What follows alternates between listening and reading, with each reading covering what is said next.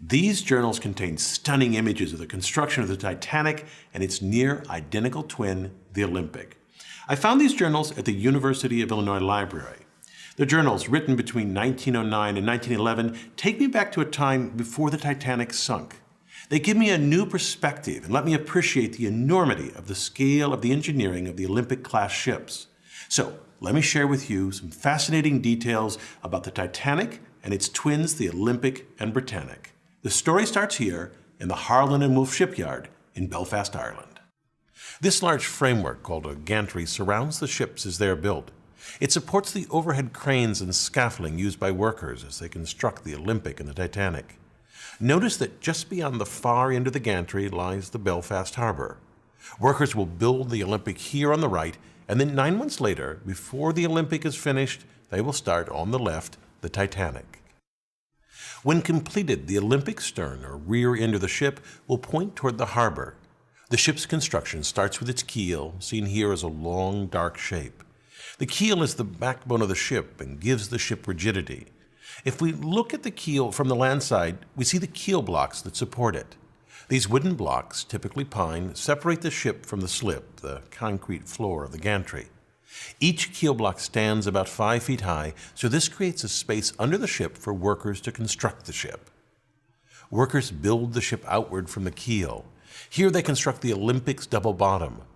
In pink, we see the framework that separates and supports the two bottoms of the ship. The second bottom is shown in orange. It's made of steel plates and is sometimes called the tank top because the double bottom contains 44 watertight tanks. Most of the tanks carried seawater used as ballast to balance and add weight to the ship, but some carried fresh water. In total, the double bottom carried over 5,000 tons of water, or about 1.5 million gallons.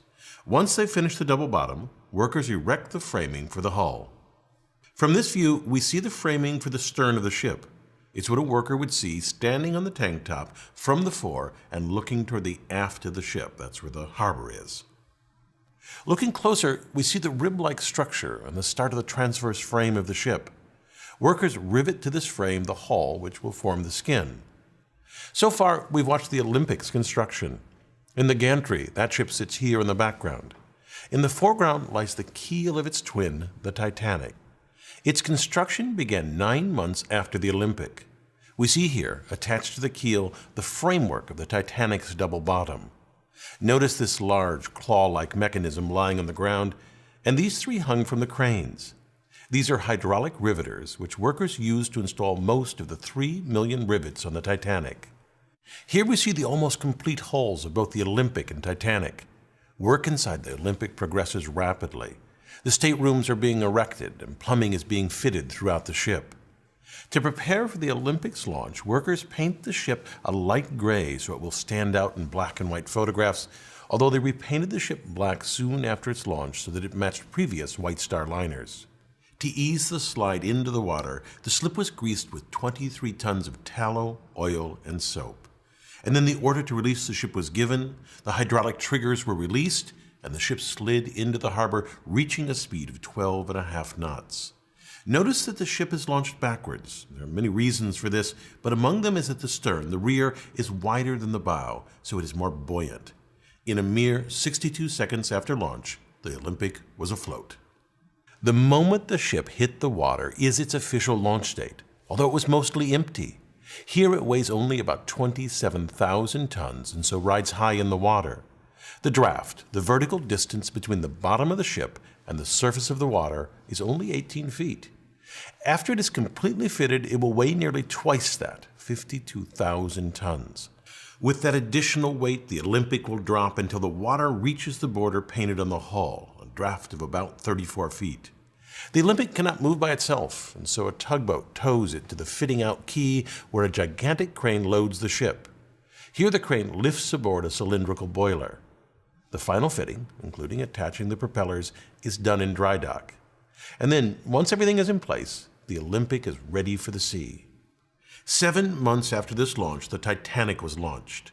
I have from this journal a few photos of that event, but keep in mind the Olympic got the big press because it was first. The Titanic only becomes of more interest in retrospect. This photograph shows the twins, the Olympic and Titanic. Although built side by side, this was the last time they were photographed together. Less than a year after the launch of these two giant ships, one suffered a collision that ripped a gaping hole in its side. That ship was, of course, the Olympic. In September of 1911, the Olympic departed the port of Southampton, England, sailing toward the Isle of Wight. The Olympic turned into the Solent Strait and passed a British warship, the HMS Hawke. The Hawke's commander was surprised by the Olympic's wide turn, but he managed to take a safe position behind and to the right of the Olympic. The Hawke then increased its speed to pass the Olympic, but the Olympic's wake sucked the Hawke inward rapidly. The Hawke tore a large hole in the Olympic, and below its waterline, the damage was even greater. The bow of the Hawke was completely smashed in. The Olympic limped back to Southampton, where the holes were temporarily patched with wood before returning to its home dock in Belfast for repairs. The Olympic's sibling also suffered a traumatic blow that caused it to tragically sink. I'm of course talking about the Britannic. The Britannic was the same size and very similar to the Olympic and Titanic. Although intended to be a passenger liner, the ship was drafted into military service in World War I as a hospital ship. While in the Mediterranean, it hit a mine or was struck by a torpedo and sank in less than an hour. Despite these accidents, the Olympic-class ships were great feats of design and workmanship. Just consider the propulsion system of the Titanic. The ship had two sets of reciprocating engines. These engines were fueled by coal, which was stored along the bottom of the ship. Exhaust gases from the boiler discharged through these smokestacks, which are frequently called funnels. Now, they don't look like funnels until you look at them the right way. They're upside-down funnels. This cross-section of the Olympic shows the boilers sitting atop the double bottom. Exhaust from the boilers is funneled up and out of the ship. It's well known that the aftmost funnel on these ships is a dummy. It was built primarily for aesthetic reasons. Although it did not service the boilers, it was used as a ventilation and extraction shaft for the engine and turbine rooms. The Titanic needed 4,000 tons of coal for a transatlantic trip, which took 24 hours to shovel into the bunkers. Here, in this photo of the SS Minnehaha, coal is being loaded into coal ports on the side of the hull. Loading coal into the Titanic worked much the same way. This loading left streaks of coal dust on the hull, and so nearly all ocean liners at the time were painted black to help hide these traces of coal. After the advent of oil-fueled ships, lighter colors became more popular. As the Titanic crossed the Atlantic, 650 tons of coal per day was shoveled into cylindrical boilers where it was burned to produce steam. These boilers were nearly 16 feet in diameter. This picture shows a single boiler. Notice the two workers beside it. The steam was piped to these reciprocating engines. The engines, when viewed from the front of the ship, look like this. The orange is the piston rod, and inside the cylindrical casing is the piston. This worker peering out of this casing gives a sense of the engine's size. Excess steam from these engines was used to drive a turbine engine. This shows the turbine under construction and without its outer casing. Note the workers at the top. This is huge. If you look closely, you can see that the turbine is made of hundreds of individual blades. A shaft transfers power from the engines to the propellers. The ones on the left and the right were powered by the reciprocating engines, and each propeller weighed 38 tons, while the central propeller was powered by the turbine engine. It was cast as a single piece of manganese bronze and weighed 22 tons. The outer propellers were used for tight navigation of harbors, while the central propeller was used only in open seas. Also, unlike the others, the central propeller could not be driven in reverse, only forward. Even with this powerful propulsion system, the Olympic-class ships were not the fastest at the time, which was intentional. The White Star Line decided to focus on comfort and luxury over speed. It's clear that the lavishly decorated rooms on the Olympic and Titanic certainly made the passage more enjoyable, but there were some hidden design choices that made these ships the pinnacle of comfort for all classes of service.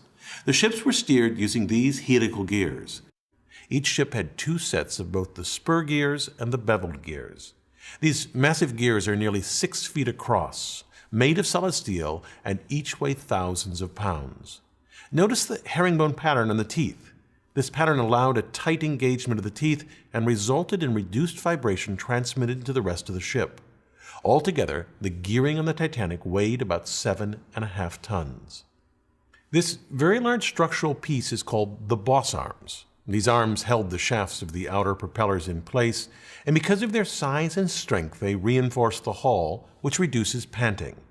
Panting occurs when variations in water pressure, say the crest versus the trough of the wave, flex the hull inward and outward. Less flexing results in less vibration felt by the passengers. These boss arms, also called shaft brackets, were fitted 20 feet apart at the very aft of the ship. While the Titanic and Britannic both had tragically short careers, the Olympic triumphed. In its lifetime, it made over 500 transatlantic journeys, carrying over 400,000 passengers and sailing 1.5 million miles. It even spent 4 years as a U.S.-Canadian troop transport during World War I, earning the nickname Old Reliable. After 24 years of service, the ship was decommissioned and scrapped for parts. The Olympic-class ships were absolute marvels of engineering. I hope it's for their revolutionary design rather than their failures that they're remembered. I'm Bill Hammack, the Engineer Guy. I thank my advanced viewers for their useful feedback on a draft